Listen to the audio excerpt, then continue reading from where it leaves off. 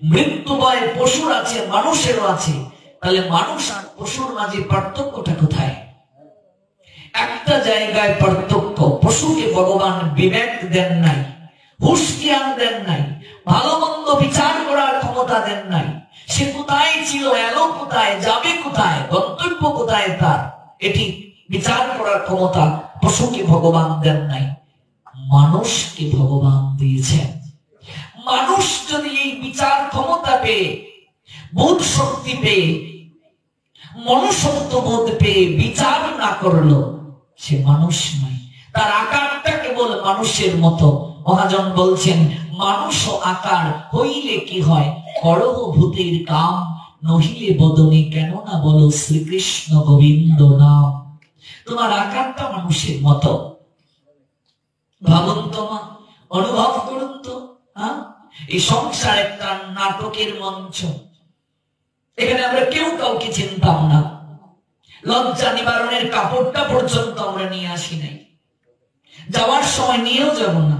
শুয়ের অগ্রভাগে যতটা মাটি ধরে ততটা মাটিও কেউ নিয়ে যেতে পারবে না, সম্ভব নয় নিয়ে যাওয়া।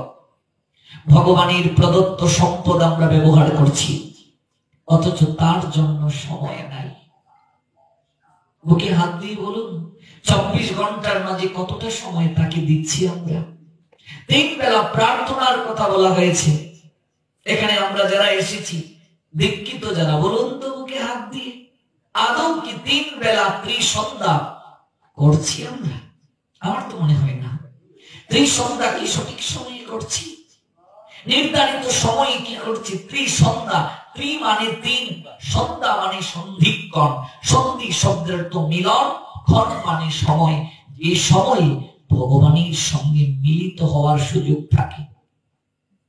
সকাল বেলার প্রার্থনা করার সময়, সন্ধ্যা করার সময়, গুরু প্রদত্ত মন্ত্র ধ্যান করার সময়, সূর্য উদয়ের আগের 24 মিনিট, সূর্য উদয়ের পরের 24, এই 48 মিনিটের মাঝে আপনাকে সকাল বেলার প্রার্থনা করতে হবে। এই সময় ব্যতীত আপনি যদি 20 মন্ত্র ধ্যান করেন, গুরু প্রদত্ত মন্ত্র ধ্যান করেন, আপনি মন্ত্রের যথাযথ ক্রিয়া পাবেন না। দুপুর বেলা প্রার্থনা করার সময়, সন্ধ্যা করার সময়, সন্ধ্যা মানে একজন দেবী, একটা নির্ধারিত সময় আছে, সময়ের বাহিরে গেলে হবে না। খেয়া তরি চলে গেলে বসে তাকো তীরে, কিসে পার হবে তরি না আসিলে ফিরে। সময় ছাড়িয়া দিয়া করে পণ্ডশ্রম, ফল চায় সেও অতি নির্বুধ অধম। সময় গেলে তো সাধন হয় না। 12টা বাজার আগের 24 মিনিট, দুপুরের 12টা বাজার আগের 24 মিনিট, 12টা বাজার পরের 24 মিনিট, এই 48 মিনিটের মাঝে আপনাকে দুপুর বেলার প্রার্থনা করতে হবে। এরপরে আপনি গুরু মন্ত্র ধ্যান করে মন্ত্রের যথাযথ ক্রিয়া পাবেন না। সন্ধ্যা বেলা সূর্য অস্ত যাওয়ার আগের 24 মিনিট, সূর্য অস্ত যাওয়ার পরের 24 মিনিট, এই 48 মিনিটের মাঝে আপনার সন্ধ্যা বেলার প্রার্থনা করতে হবে। ধার্মিক মুসলমানদের দিকে তাকান, 5 ওয়াক্ত নামাজ পড়ে তারা আজানের ধ্বনি শোনার সঙ্গে সঙ্গে সারিবদ্ধ হয়ে তারা নামাজ পড়তে যায়। সনাতন ধর্মের অনুসারী আমরা, 3 বেলা প্রার্থনার সময় দেয়া হয়েছে। 3 বেলা প্রার্থনা করার জন্য শাস্ত্র নির্দেশ দিয়েছে। যেখানে আমরা এসেছি, আমায় বলতে হবে না, নিজের বিবেককে প্রশ্ন করুন, আমি কি মানুষ? কতটা আইন পালন করতে পারছি? হিসাব দিতে হবে। পূর্ণিমা তো থাকবে না রে, আসবে অমাবস্যা, চিরকাল তো থাকবে না রে রঙের ভালোবাসা। থাকবে না, এই যৌবন শক্তি থাকবে না, বিচার করার ক্ষমতা থাকবে না। একদিন 20 বছর দীক্ষা নিয়েছে, কোনো পরিবর্তন নাই। অনেকে আমাদের কাছে বলে, প্রভুজি ভক্তিপথে তো অগ্রসর হতে পারিনি। নিয়ম পালন করছি, 20 মন্ত্র প্রাপ্ত হলেই তো হবে না, পরিচর্যা দ্বারা সে বীজকে অঙ্কুরিত তো করতে হবে। দীক্ষার আগে যে লোকটা বিড়ি খেত, দীক্ষার পরেও বিড়ি খাচ্ছে, তার পরিবর্তন কি দীক্ষা নিয়ে?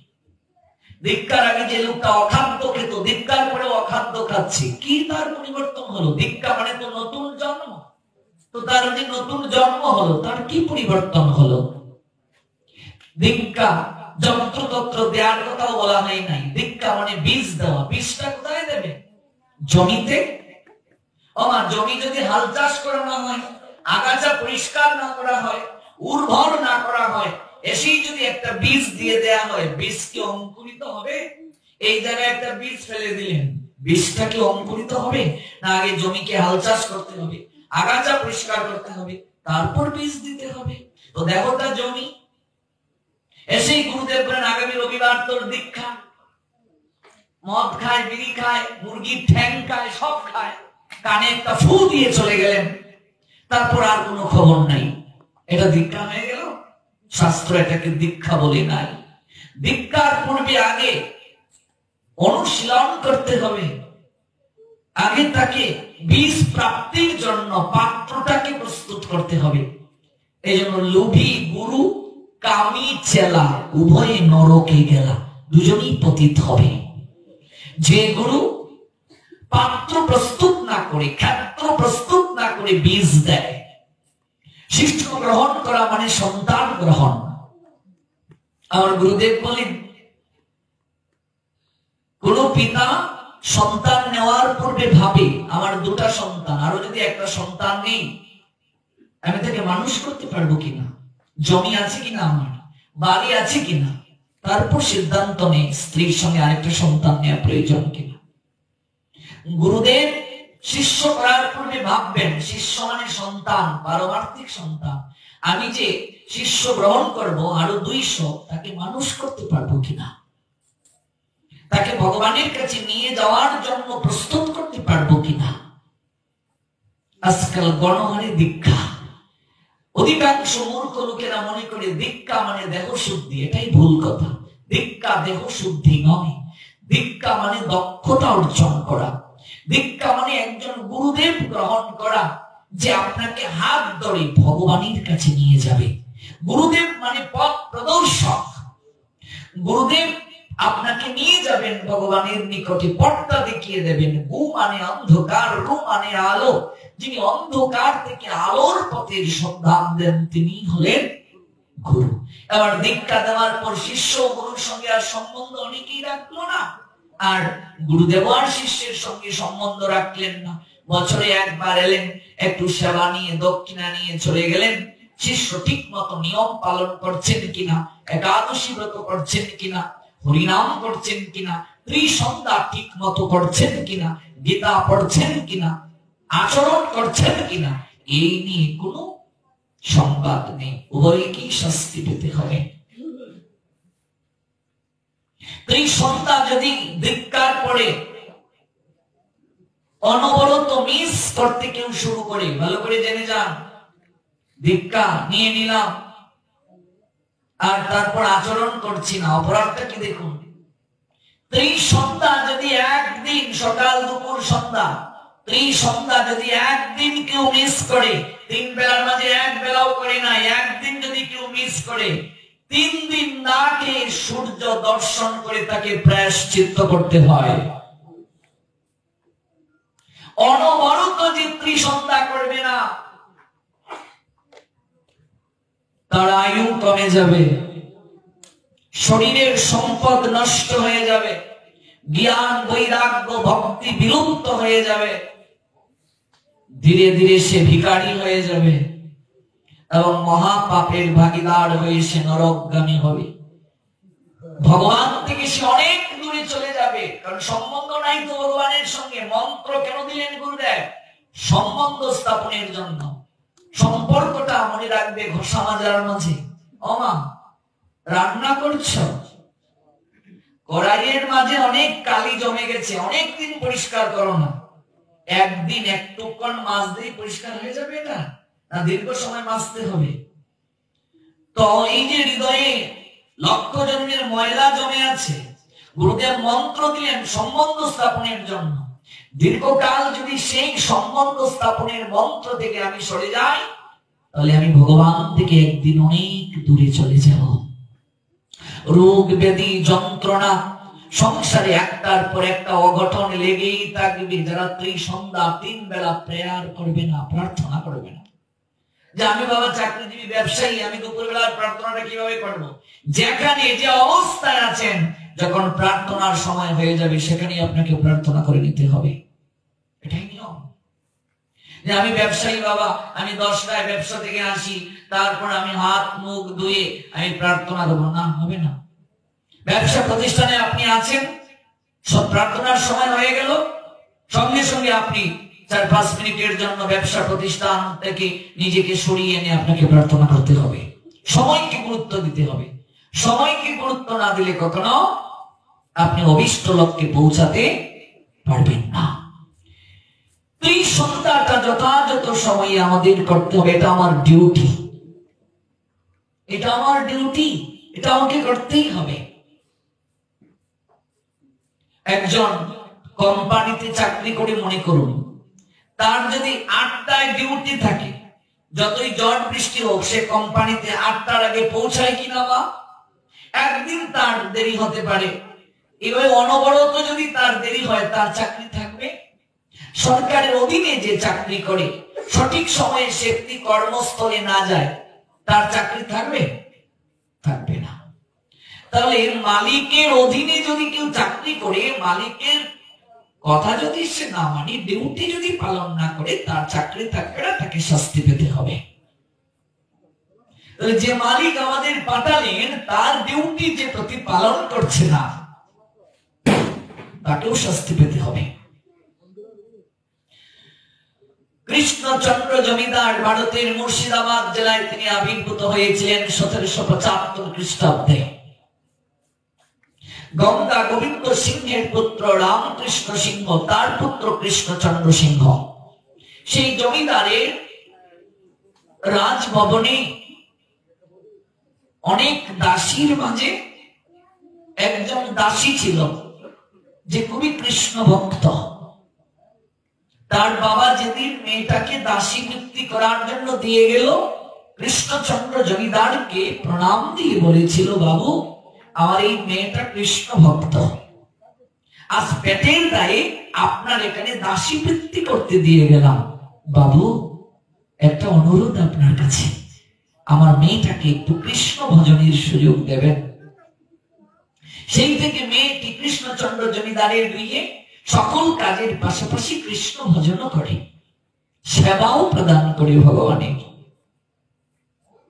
একদিন সেই মেয়েটি কৃষ্ণচন্দ্র জমিদারের শয়নের কক্ষে গেল একটু গুছগাছ করার জন্য। রাজকীয় পালঙ্ক, নরম বিছানা, বিছানা গুছগাছ করতে গিয়ে আলতু করে যখন একটু স্পর্শ করলো, তার মনে বাসনা জাগলো, আহা কত নরম বিছানা, রাজকীয় পালঙ্ক, এখানে আমার বাবু শয়ন করে না জানি কত আরাম অনুভব হয়, যদি একটু সময় এখানে আমি শয়ন করতে পারতাম। হৃদয়ে মাঝে যখন বাসনা এলো, মেয়েটি তার ক্লান্ত শ্রান্ত দেহটাকে ওই বিছানায় যখন এড়িয়ে দিল, মায়া দেবী এসে তাকে কখন যে ঘুম পাড়িয়ে দিয়ে গেল সে নিজেও জানে না। ভুলে গেল সে চাকরানী, চাকরের দায়িত্ব মালিকের হুকুমকে পালন করা। সে কাজকে ফাঁকি দিয়ে, হুকুম ফাঁকি দিয়ে মালিকেরই বিছানায় ঘুমিয়ে আয়েশ করছে, আরাম করছে। কয়েক ঘন্টা পর জমিদার কৃষ্ণচন্দ্র সিংহ তার শয়নের কক্ষে প্রবেশ করে দেখে তার ঘরের দাসী মেয়েটা, কাজের মেয়েটা রাজকীয় পালঙ্কে, জমিদারের পালঙ্কে শয়ন করে আছে। তোর সাহস তো কম নয় রে, তুই দাসী হয়ে, চাকরানী হয়ে, মালিকের কাজ ফাঁকি দিয়ে মালিকের বিছানায় ঘুমিয়ে আছিস। চুলের মুঠি ধরে টানতে টানতে মেয়েটাকে রাজসভায় নিয়ে আসা হলো।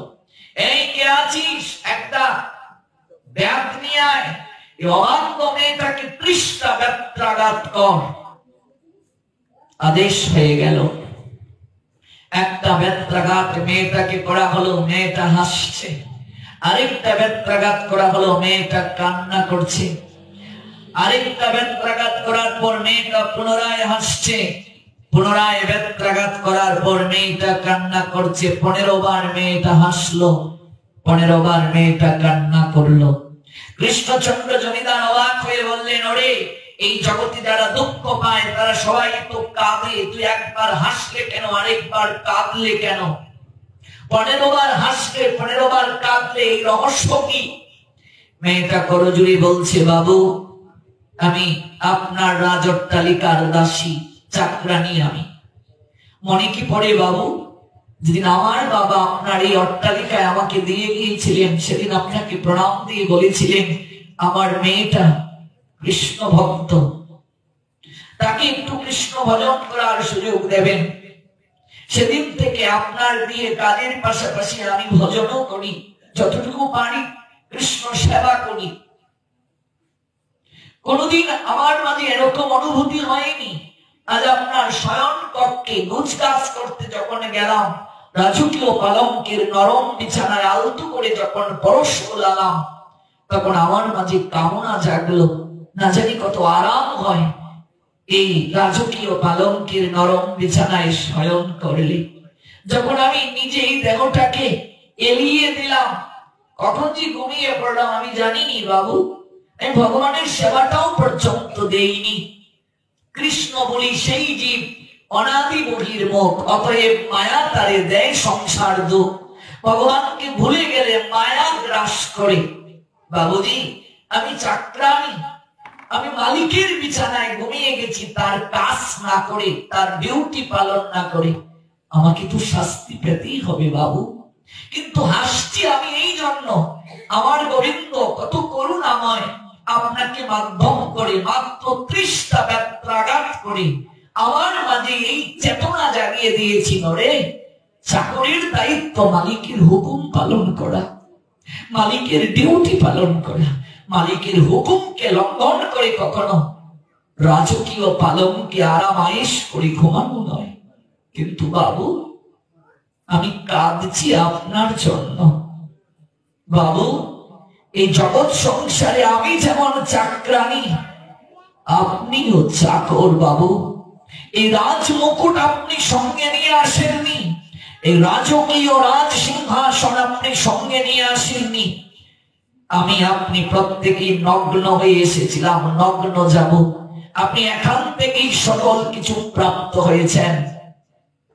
যদি কয়েক ঘন্টা আপনার হুকুম লঙ্ঘন করে এই বিছানায় ঘুমানোর কারণে আপনি আমাকে 30টা ব্যত্রাঘাত দিতে পারেন।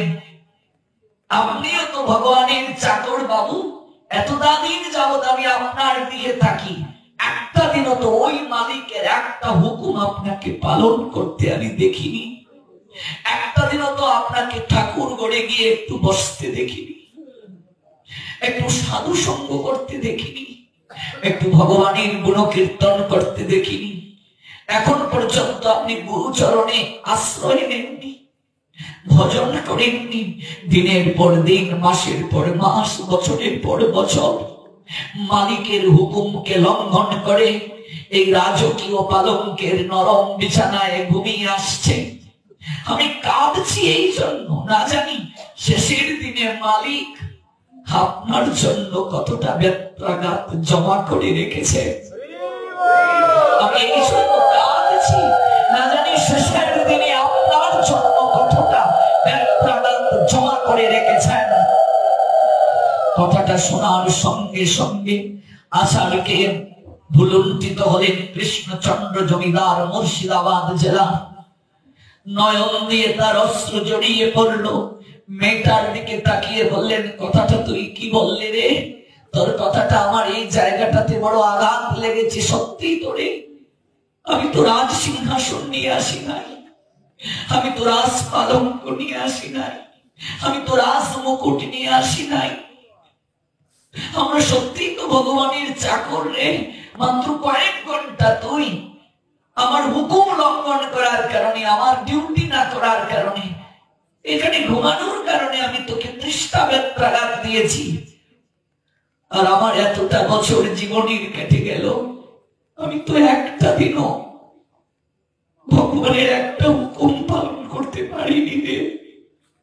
মাসের পর মাস, বছরের পর বছর এই হুকুমকে লঙ্ঘন করে আমি রাজকীয় পালঙ্কের নরম বিছানায় ঘুমিয়েছি। তুই ঠিকই বলেছিস রে মা, তোর কথাটায় আমার ভেতরটা দুমড়ে মুচড়ে গিয়েছে। আমিও কথা দিলাম তোকে, তুই আজ থেকে আমার ঘরের চাকরানি নয়, তুই আমার মা। তুই আমার ভেতরে চেতনা জাগিয়ে দিয়েছিস।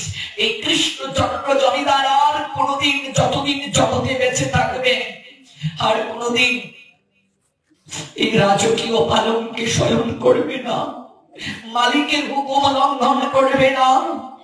বাকিটা জীবন মালিকের কাজ করবে, ডিউটি পালন করবে।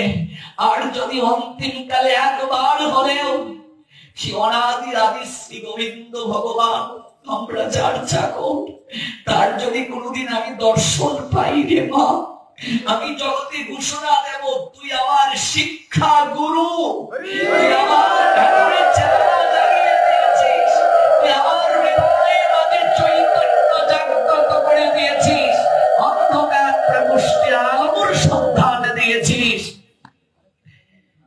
কৃষ্ণচন্দ্র জমিদার মেয়েটাকে প্রণাম নিবেদন করলে। এই কৃষ্ণচন্দ্র জমিদারের নামই হলো লালা বাবু, যিনি বৃন্দাবনে ভগবান দর্শন করেছিলেন। যারা বৃন্দাবন গিয়েছেন দেখবেন লালা বাবুর মন্দির আছে, তার বন্ধু জগৎ শেঠ সোনার তাল গাছ আছে দেখবেন বৃন্দাবনে গেলে।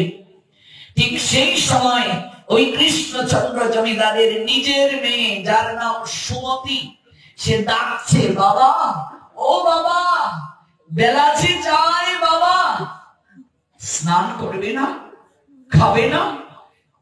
কৃষ্ণচন্দ্র জমিদার তার মেয়েটার কাছে গিয়ে বললেন, কি বললি রে মা, আবার বল। বাবা, বেলা যে যায়, খাবে না বাবা? মেয়েটাকে জড়িয়ে ধরে কৃষ্ণচন্দ্র বললেন, মারে, যার জীবনের বেলা চলে যায় তার কি আর খাওয়ার বেলা থাকে? যার জীবনের বেলা চলে যায় তার কি আর স্নান করার বেলা থাকে? মারে, দেখতে দেখতে কখন যে আমার জীবন বেলা পূর্ব গগন থেকে পশ্চিম গগনে চলে গেল, আমি একটিবার উপলব্ধি করতে পারলাম না। কখন যে জীবন রবি পূর্ব গগন থেকে পশ্চিম গগনে চলে গেল আমি বুঝতে পারিনি। এই রাজকীয় পালঙ্কের শয়ন আর এই রাজকীয় রাজ সিংহাসন আমায় ভুলিয়ে দিয়েছে। এটা ক্ষণস্থায়ী জায়গা, এটা নাটকের মঞ্চ। আমরা এখানে অভিনয় করতে এসেছি। অভিনয় মঞ্চে কেউ আপনার স্ত্রী, কেউ আপনার স্বামী। অভিনয় মঞ্চ থেকে নামার পর আপনি যদি বলেন, তুমি আমার ঘরে চলো, তুমি তো আমার স্ত্রী, সমাজ মানবে, বলবে এটা তো অভিনয়, বাস্তব নয়। সংসারটা অভিনয় মঞ্চ। মৃত্যুর সঙ্গে সঙ্গে সব সম্পর্ক বিনাশ হয়ে যাবে। যাত্রা মঞ্চে দুটো পথ দেখবেন, একটা পথ প্রবেশ আর একটা পথ প্রস্থান। এই সংসার নাটকের মঞ্চের দুটা পথ, প্রবেশ মানে জন্ম আর প্রস্থান মানে মৃত্যু। আমরা জন্ম নামক প্রবেশ মঞ্চে প্রবেশ করে কত সংলাপ বলছি, কিন্তু ধীরে ধীরে সংলাপ শেষ করে যখন মৃত্যু নামক প্রবেশ পথ থেকে এলাম, মৃত্যু নামক প্রস্থান পথ দিয়ে যখন বের হয়ে যাব, তখন আর কারো সঙ্গে সম্বন্ধ থাকবে না, কারো সঙ্গে পরিচয় থাকবে না। একটা দিন সবাইকে গিয়ে বিচারের কাঠ গোড়ায় দাঁড়াতে হবে। ভাবুন তো মা, অনুভব করুন। একটা আমি অনুরোধ রেখে যাচ্ছি, আজকে পাঠ শেষ হওয়ার পর রাত্রে ঘুমানোর সময় 5টা মিনিট চিন্তা করবে আমার এই কথাটা। বাবাজিদেরকেও বলছি, মায়েদেরকেও বলছি, আজ রাতে ঘুমানোর সময় গিয়ে নিজেকে প্রশ্ন করবে, নিজের জন্য কি করলে? দেখবে হিসাবের খাতাটা শূন্য। একটা ব্যবসায়ী সারাদিন কেনা বেচা করে, রাত্রিবেলা হিসাব করে হিসাবের খাতাটা মিলায়, আজকে কত টাকা কেনা বেচা হলো। মাস শেষে গৃহকর্ত্রী হিসাব করে আমাকে এত টাকা ভাড়া দিতে হবে, বাসা ভাড়া, আমি বেতন পেতে আরো 10 দিন বাকি, আর মাত্র এই টাকাটা আছে, এই টাকায় আমাকে চলতে হবে। হিসাব যে করে না কোনো ব্যবসায়ী ব্যবসায় উন্নতি করতে পারে না, হিসাব যে করে না কোনো সংসারী কখনো সংসার জীবন উন্নতি করতে পারে না। জীবনের যে হিসাব করতে পারলো না সে মানুষ নয়, আকারটার মানুষ, আকারটা মানুষের মতো কিন্তু সে পশু। যাদের 40 বছর এখানে হয়ে গেল, 50 বছর যাদের এখানে হয়েছে, যাদের 60 বছর হয়েছে, আর কদিন বাঁচবেন বাবা? গণনায় দেখা গিয়েছে 60, 70, 80 এর ভিতরেই তো ডাক চলে আসছে। সারা বাংলায় ধরেছি 64 জেলায় 90 বছর খুব কম সংখ্যক লোককেই দেখা যায়। 100 বছর তো এখন আর মানুষ বাঁচেই না। যদি 70 বছর আপনি বাঁচেন, আপনার 60 হলে উঠতে আর আপনি 10 বছর বাঁচবেন, 65 হয়ে গেলে উঠতে 5-7 বছর বাঁচবেন। এটা হচ্ছে সামগ্রিক হিসাব। কিন্তু আমি আসল থেকে এখনই উঠতে পারবো কিনা গ্যারেন্টি নেই, আপনি বাড়ি ফিরে যেতে পারবেন কিনা গ্যারেন্টি নেই, 1 সেকেন্ডও আমাদের বিশ্বাস নাই। কতটা প্রস্তুতি নিলে মা, কতটা প্রস্তুতি নিলে? হিসাবটা মিলিয়ে নাও। ঘুমানোর সময় বিবেককে প্রশ্ন করো, আমার এই 40 বছরের জীবনে নিজের জন্য কি করলাম? 50 বছরের জীবনে নিজের জন্য কি করলাম? 60 বছরের জীবনে নিজের জন্য কি করলাম?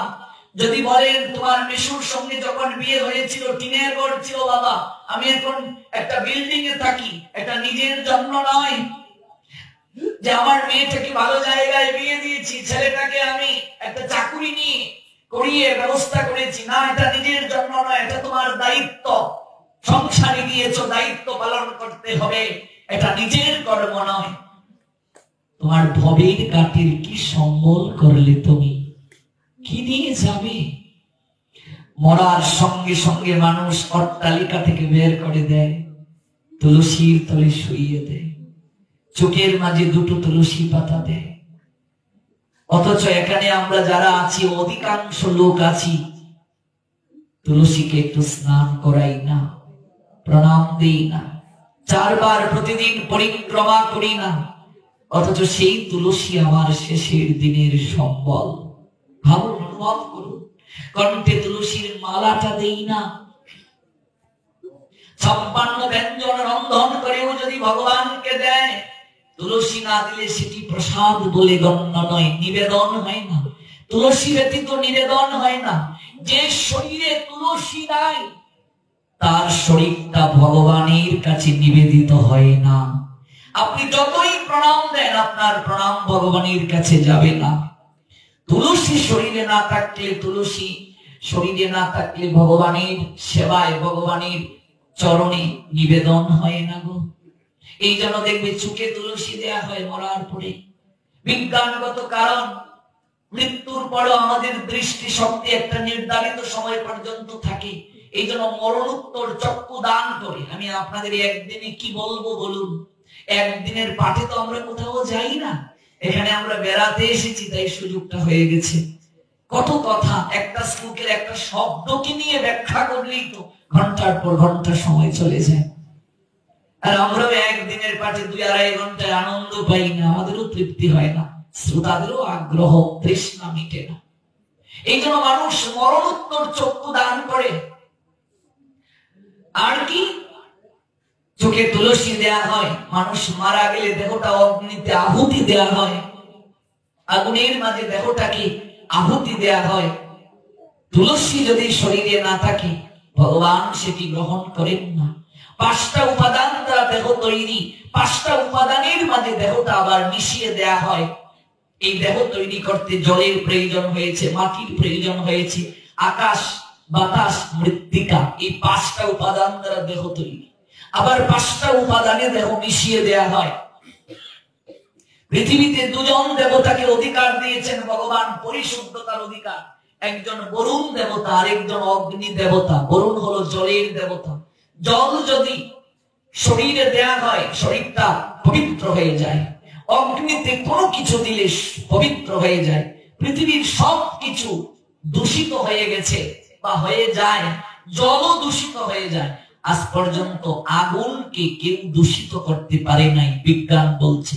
বরং অগ্নি সবাইকে পরিশুদ্ধতা দান করে। সনাতনীরা সকল কার্য যজ্ঞের মাধ্যমে করে। দেখবেন পুজো পার্বণে যজ্ঞের মাঝে কলা দেয়া হয়, দেহ কলা। এই কলাটা হচ্ছে দেহের প্রতীক। মানুষ মারা গেলে অগ্নিতে দেহ কলাকে অর্পণ করা হয় মন্ত্রের মাধ্যমে। অগ্নিতে যা কিছু দেবে ভগবান সেটি গ্রহণ করে নেন। এই জন্য দেহ কলাকে আমরা অগ্নিতে আহুতি দেই। এটিকে বলে অন্ত্যেষ্টি ক্রিয়া। সময় থাকলে এই কেন দেহটা আগুনে পোড়াতে হয় এই নিয়ে যদি আমরা 3 ঘন্টা শুনতে পারতাম, কেবল এই বিষয়টার উপর পরিষ্কার হয়ে যেত। দেহ কলাটা অগ্নিতে আহুতি দেয়া হয়, এটাকে বলে অন্ত্যেষ্টি ক্রিয়া। অন্ত মানে শেষ, ইষ্টি মানে যজ্ঞ। এটি শেষ যজ্ঞ। পৃথিবীতে যত পুণ্য কার্য রয়েছে তার মধ্যে অন্যতম শ্রেষ্ঠ পুণ্য হচ্ছে দাহ কার্যে অংশগ্রহণ করা। অধিকাংশ লোকেরা দাহ কার্যে যেতে চায় না। দাহ কার্যে অংশগ্রহণ অন্যতম শ্রেষ্ঠ পুণ্য। মানুষ মারা গেলে আমরা অনেকেই না জেনে কিছু ভুল কার্য করি। কি ভুল কার্য? ভুল কার্যটা হচ্ছে কেউ মারা গেলে তাকে আমরা স্নান করিয়ে, নতুন কাপড় পরিধান করিয়ে, তিলক আদি দিয়ে, মাল্য দান করে, রথে চড়িয়ে, কীর্তন করে করে শ্মশানে নিয়ে যাই। যাই কি যাই না? যাকে নিয়ে যাচ্ছি শ্মশানে, মৃত লাশটাকে স্নান করিয়ে নিচ্ছি। আর আমরা যারা শ্মশান বন্ধু হয়ে যাচ্ছি তারা সেরা গামছা, সেরা লুঙ্গি পরে স্নান না করে যাচ্ছি। আপনি যাকে নিয়ে যাচ্ছেন শ্মশানে তাকে স্নান করিয়ে নিয়ে যাচ্ছেন, পবিত্র করিয়ে নিয়ে যাচ্ছেন, আর আপনি যজ্ঞে যাচ্ছেন অস্নাত অবস্থায়, সেরা গামছা পরে, সেরা লুঙ্গি পরে। মনে রাখবে, লুঙ্গি পরে কখনো পারমার্থিক কার্য হয় না। আপনি এমনিতে লুঙ্গি পড়ছেন, আমার এই নিয়ে কথা নাই। হিন্দুদের তো লুঙ্গি কখনো পোশাকই না। আপনি পড়ছেন, পড়ুন। আপনি লুঙ্গি পড়ছেন, এই নিয়ে কথা নাই। ধুতি পরে সবসময় থাকার পরিবেশ নাই। আপনাকে ব্যবসা করতে হচ্ছে, চাকরি করতে হচ্ছে, আপনি পড়ুন। কিন্তু আপনি যখন ধর্মীয় কোনো কাজে যাবেন, ধর্মীয় কোনো কার্য সম্পাদন করবেন, ভাগবত পাঠে যাবেন, আপনি লুঙ্গি পরে কেন যাবেন? আপনি বৈষ্ণব সেবায় যাবেন, গুরু মন্ত্র ধ্যান করবেন, এখানে আপনাকে ওই জায়গার একটা পোশাক আছে। এই জায়গায় আপনি ধুতি পরে যান। ধুতি পড়তে পারছেন, অন্তত প্যান্ট পরে যান। লুঙ্গি পরে কখনো হিন্দুদের কোনো ভগবত কার্য হয় না। লুঙ্গি পরে কখনো দাহ কার্যে যাবে না। ধুতি পরে যেতে হয়, স্নান করে যেতে হয়, তিলক কেটে যেতে হয়। ধুতি পারছেন না, প্যান্ট পরে দাহ কার্যে যান, কিন্তু ধুতি পরাটাই উচিত। এবার আরো ভুলটা কি ভালো করে বুঝুন, উপলব্ধি করুন। তত্ত্ব না জানলে হবে না। কেউ মারা গেলে দেখবেন আমরা তাকে কীর্তন শুনিয়ে শুনিয়ে নিয়ে যাচ্ছি। অনেকেই বলে এই মরা বাড়িতে যাও না, সাবধান, মরা বাড়ি এদিকে যাওয়া যাবে না। মরা বাড়ি ছাড়া এই জগতে কোনো বাড়ি আছে? প্রতিটা বাড়ি তো মরা বাড়ি আছে নাকি? বাঞ্চারামপুর মরা বাড়ি ছাড়া কোনো বাড়ি আছে নাকি যে বাড়িতে কেউ মরে নাই? প্রত্যেকটা বাড়ি তো মরা বাড়ি। তাহলে ওই বাড়ি মরা বাড়ি, তোমার বাড়ি জিতা বাড়ি এলো থেকে? কেউ মারা গেলে দেখবে আগেই ভগবানের ঘর লকডাউন। কেমন? মানে এটা মরা বাড়ি, ভগবানের ঘর লকডাউন। কারো কারো ঠাকুর হোম কোয়ারেন্টিনে চলে গেছে, আইসোলেশনে কারো কারো ঘরের ঠাকুর। কারণ কি? এটা মরা বাড়ি। মরা বাড়িতে কাশি বাজানো যাবে না, অনেকে বলে। মরা বাড়িতে শঙ্খ বাজানো যাবে না, কেমন? তারপর মরা বাড়িতে নাকি উলুধ্বনি দেওয়া যাবে না। মরা বাড়িতে ভগবানের সেবা বন্ধ। গোষ্ঠীর কারো বাড়ি বাচ্চা হলে, গোষ্ঠীর কেউ মারা গেলে আগেই ভগবানের সেবা বন্ধ করে দেয়। আমি বরিশাল বিভাগের কোন একটা জেলায় গিয়েছি, যেহেতু ইন্টারনেটে প্রচার হচ্ছে, কাউকে ছোট করা আমাদের উদ্দেশ্য নয়। সেখানে 11 বছর যাবৎ কোনো বাচ্চা কাচ্চা হয় না। প্রচুর কান্নাকাটি করে ভগবানের মন্দিরে প্রণাম আদি দিয়ে 11 বছর পর গর্ভবতী হলো মাতাজি। সঠিক সময়ে একটা ছেলে হলো। সৌভাগ্যক্রমে অনলাইনে আমার পাঠ শুনে আবার সংবাদ পাঠিয়েছে যে আমার বহুদিনের ইচ্ছা ওনাকে দেখার, উনি যেহেতু এসেছেন আমাদের এখানে একটু আসতেই হবে। গেলাম, ঘরে ঢুকলাম, বললাম মা ঠাকুরঘর কোথায় প্রণাম দেবো? কারণ সাধুরা যখন ঘরে আসেন প্রথমে কোথায় যাবে? রান্না করে যাবে, ভগবানের ঘরে প্রণাম দেওয়ার জন্য। সাবধান, যাবেন যাবেন না। আমি বললাম কেন? বলছি আমাদের ভগবানের ঘর তালা মারা। আমি বললাম কেন? যে আমাদের জাতক চলছে, জাতক, যাবেন না যাবেন না।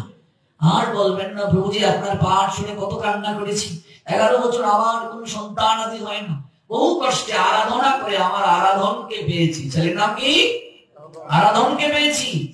হ্যাঁ, আমি বললাম তাহলে ভগবান কষ্ট করে তোমার সন্তান দিলেন? বলছি ভগবানের গড়ে আমি পড়ে থাকতাম সবসময়। হ্যাঁ, বললাম ভালো। 11 বছর ভগবানের গড়ে পড়ে থেকে ভগবানকে প্রণাম দিয়ে সেবা দিয়ে ভগবান সন্তুষ্ট হলেন, তোমায় সন্তান দিলেন, আর প্রতিদানে তুমি ভগবানের ঘরটাই তালা মেরে রেখে দিলে। মারে, ভগবান যেমন দিতে জানেন নিতেও জানেন। আমরা কতটা মূর্খ দেখুন।